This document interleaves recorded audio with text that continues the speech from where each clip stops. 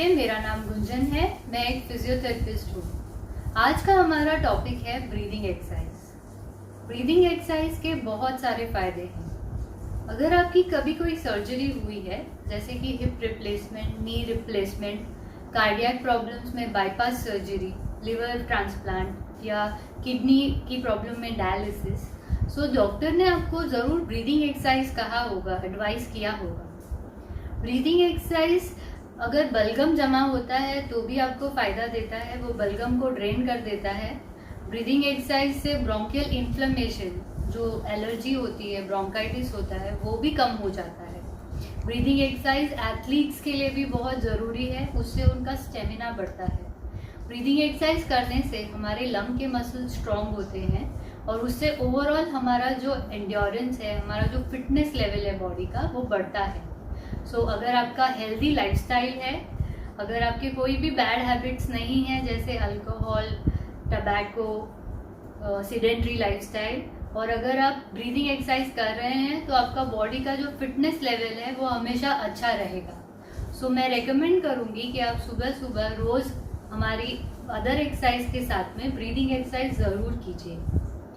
Breathing exercise से relaxation भी होता है और ब्रीदिंग एक्सरसाइज से हमारे एनर्जी लेवल्स हमेशा अप रहते हैं। सो हम चलते हैं ब्रीदिंग एक्सरसाइज की तरफ। इसे डीप ब्रीदिंग एक्सरसाइज कहते हैं। एक्सरसाइज करते समय आपको नॉर्मल से थोड़ा ज़्यादा डीप ब्रीथ करना है और रेशो रहेगा 1:2। अगर आप 2 सेकेंड सांस अंदर ले रहे हैं तो आपको 4 सेकेंड सांस बाहर छोड़ना है।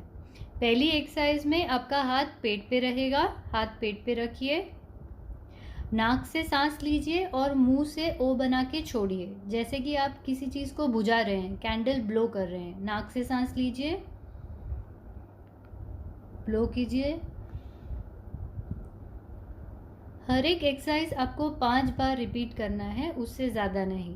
नाक से सांस लीजिए, मुंह से छोड़िए। हाथ आपको सिर्फ मूवमेंट फील करने के लिए रखना है, हाथ से कोई प्रेशर नहीं रहेगा। सेकेंड एक्सरसाइज, हाथ चेस्ट पे रखिए, क्रॉस कीजिए हाथ को। अगेन हाथ से मूवमेंट फील कीजिए। नाक से सांस लीजिए, मुंह से छोड़िए। फिर से नाक से सांस लीजिए, मुंह से छोड़िए। थर्ड एक्सरसाइज में हाथ बगल में रहेगा, साइड में हाथ रखिए। अब लंग का, चेस्ट वॉल का साइड मूवमेंट आपको फील करना है। नाक से सांस लीजिए, मुंह से छोड़िए। एक और बार। अब चलते हैं चौथी कसरत की तरफ। चौथी कसरत में आपको एक नॉस्ट्रिल बंद करना है। आपके थंब से राइट नॉस्ट्रिल बंद कीजिए और लेफ्ट नॉस्ट्रिल से सांस अंदर लीजिए, होल्ड। अब लेफ्ट नॉस्ट्रिल बंद कीजिए और राइट नॉस्ट्रिल से सांस बाहर छोड़िए। अब आप राइट से सांस अंदर लीजिए, होल्ड। अब लेफ्ट से छोड़िए, राइट बंद कीजिए। ठीक है, ये एयरवे क्लियरेंस के लिए है। अब हम चलते हैं 5वीं कसरत की तरफ। हाथ नमस्ते पोजीशन में लीजिए, सांस लीजिए और हाथ खोलिए। सांस लो, खोलो हाथ और सांस छोड़ो और फिर से स्टार्टिंग पोजीशन पे आ जाओ।